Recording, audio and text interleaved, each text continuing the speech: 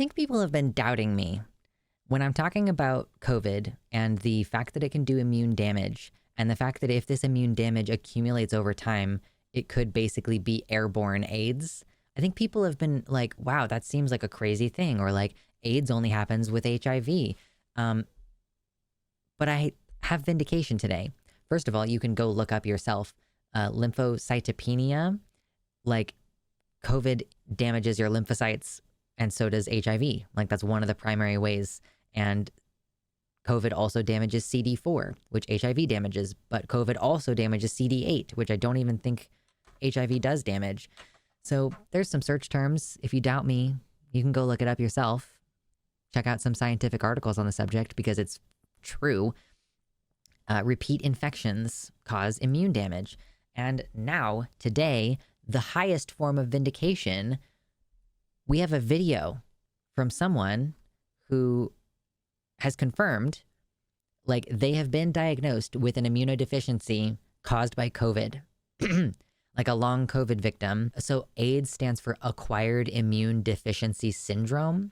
It's a collection of symptoms that happen after you acquire gradually like an immune deficiency. Your immune system stops being able to function the way that it should.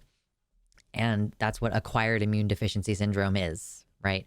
Previously, we have attributed it pretty much exclusively to HIV, but we've been seeing that people have been getting sick more often, including from stuff that isn't necessarily COVID. So there were a bunch of students dying from strep throat, which is not normal, and just lots of different things, okay? And I want to listen to what this lady has to say about her diagnosis. She's been diagnosed with immunodeficiency caused by COVID. And she is speaking really quietly, so I'm going to do everything I can to boost her audio. If she's still a little bit too quiet, I'm sorry. She's like whispering. She's very ill. She's like whispering. It's hard to hear her a bit. So I'll do everything I can. And God help us all, I guess. Okay, let me make sure volume is as high as I can make it go. Okay, let's go. So I finally got to talk to... And there are captions there. ...the immunologist Monday night, and I have officially been diagnosed with common variable immunodeficiency. So it's called common variable immunodeficiency, CVID. CVID is this particular diagnosis that she's received. And she was starting the paperwork to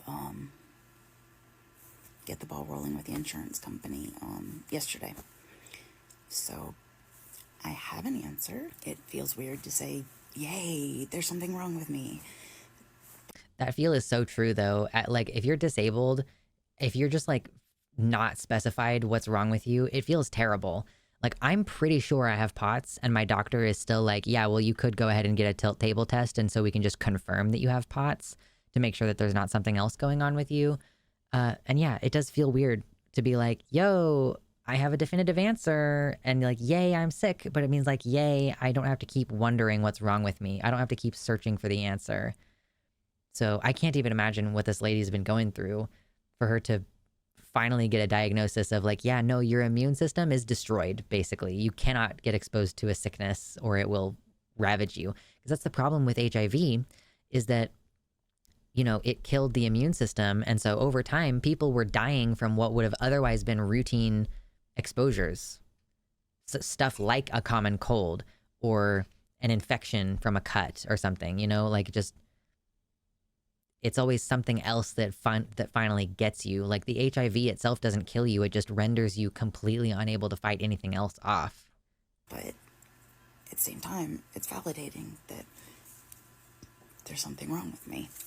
And I'm not a hypochondriac or, you know, making everything up or... Yeah, and it's tough with you know, a symptom, or sorry, something like long COVID, where there isn't a lot of established literature on it. Doctors are going to treat you, especially as a female, doctors are going to treat you like, oh, it's just anxiety. Oh, it's all in your head. Oh, don't worry about it. You know, oh, just get some more exercise. And exercise is contraindicated for long COVID. It's like super contraindicated for long COVID. Don't exercise if you have long COVID.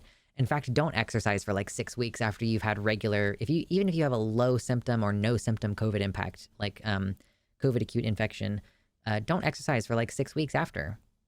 You radically rest, or you will have like a much higher chance of long-term complications. But yeah, people treat you like it's all in your head or whatever. And so this is another reason why it can feel so validating. It's like, medically, yes, I have a problem. It's not in my head. I'm not making it up. I don't just need to eat different or take walks or something. Like, there is something really wrong. Anything like that. So that was good. When she explained it to me when I first went to her, before we even did any testing, she said if we got the numbers to do it, to pursue the IG therapy. I'm not sure what IG therapy is in this context. That the insurance company is probably going to deny it the first couple of times until they have to do a peer-to-peer review, where she sits down and talks to someone at the insurance company and is like, this is why she needs it. Still insane to me that a doctor can say you need this treatment, and an insurance company, which does not have medical professionals working for it most of the time, can just say, no, you don't need it. I've decided you don't need it. It's almost like it's like them practicing medicine without a license. I really would like to see a series of lawsuits where insurance companies are practicing medicine without a license. Like, I think that that's the direction we really should take these things, because why are you going to deny me multiple times and then require, like, why do you need to have a sit down conversation with my doctor about why I need this when they already sent you the documentation saying, yo, my patient needs this? Like, get the hell out of, like, stop being involved in the, like, determining whether or not my patient needs this care. And she gave me the option of whether I wanted to try sub-Q or infusion, IV infusions.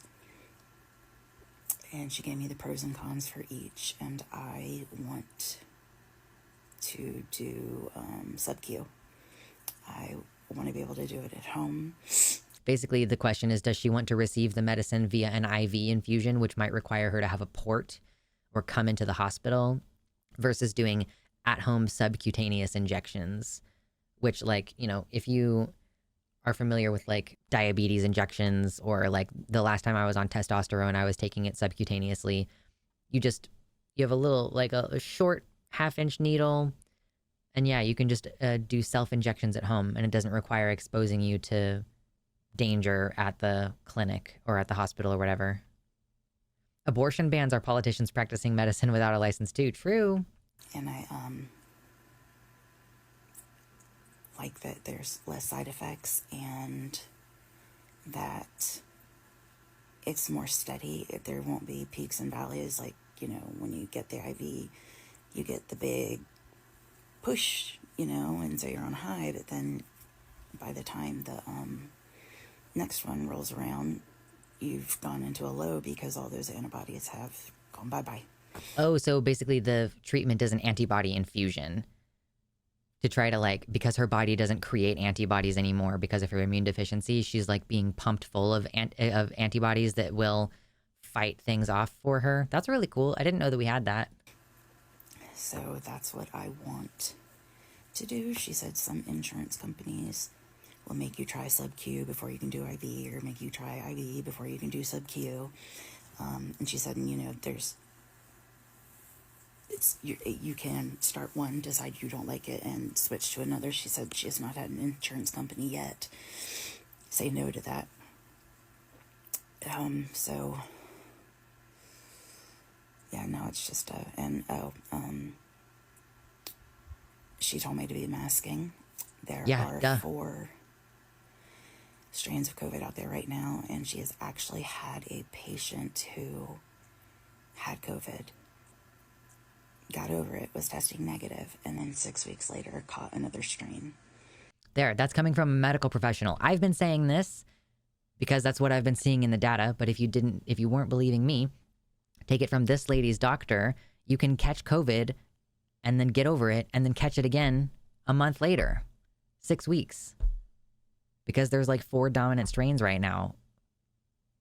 Also, like, depending on when this video comes out, you might be able to still get a bridge access program free vaccine. It'll be last year's vaccine, but the new one is going to come out in like September. And if you can get a hold of Novavax as opposed to the mRNA vaccine, Novavax is like 40% more effective. So those are my vaccine recommendations to you. The fact that we still let this run rampant, even though we have all the means in the world to stop the spread, yeah, it's insane. Air filtration, N95s, xylitol, CPC, like xylitol nasal spray, CPC mouthwash, probiotics, Streptococcus salivarius K12. Like, there are a million things that you can do as an individual. And then, yeah, if we just instituted air filtration systems in hospitals and other public places, like buses, public buses or airplanes, if we had effective, air filtration, it would be many, many times safer. But it costs money, I guess, and people don't want to put money into it, and everybody wants to pretend like it's over. I genuinely had someone tell me recently, I got into it with someone on Twitter, and I was treating it like a good faith conversation. It was a leftist who was asking like what ways in which are in what ways are leftists insidiously ableist? And I decided to respond. I was like, well, not wearing masks is an obvious one. And we went back and forth where they were like, well, obviously COVID is over. And then I was like, except that there's tons of infections if you look at the wastewater levels.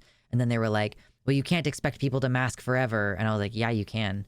Like, so long as COVID is still a problem, and monkeypox and bird flu and pollution and wildfire smoke, yeah, you absolutely can expect that this is just your new normal. And then they pulled the whole, it was traumatic for people. People don't want to mask because it reminds them of the trauma. And I just blocked them at that point. Genuinely, that's where we're at though with this, is like people who are leftists who are pretending to ask in good faith about ableism, and then I explain to them, and then they just keep shifting the goalposts. Mitternacht and I are here to ask you to hit like on the video, leave your thoughts in the comments below, subscribe, click the bell if you feel like it. You don't have to though. Feel free to check out the other links in the description because I sell merch like this cute tank top. I'm running a GoFundMe to try to move 2,000 miles across the country to a place where I have rights. And I have a Patreon he's smashing his face against my face. This is the problem. This is the difference between me and a lot of other people, is that I'm like looking at the evidence and other people don't. So yeah, like again, this lady's doctor is saying like there's 4 different active strains of COVID right now. And who knows how many subvariants there are of each one too, because this thing mutates so fast. So she wants me to be masking. Oh, sorry, my nose itches so bad right here. And I'm trying to think what else. Oh, if anyone has any advice, I've done the best I can to explain it to my daughter. She's 10, and she is scared of the idea of mommy having to, do needles in her belly and stuff. But, I told her I'm okay with it. That was my choice, but I think that's something we're going to have to navigate when we come to it. But if any of you are doing IG therapy or know someone who has done IG therapy, can you tell me their experience or have any? Yeah, and like seeking out, like asking for people to commiserate with you, because I'm sure that this feels very isolating, for someone to just be like, oh, I guess my immune system is destroyed, and I have to wear a mask everywhere and I have to go get antibody infusions. I'm sure that's it's very scary. I'm sure it's very isolating. And I think that we should all try to avoid it if we can.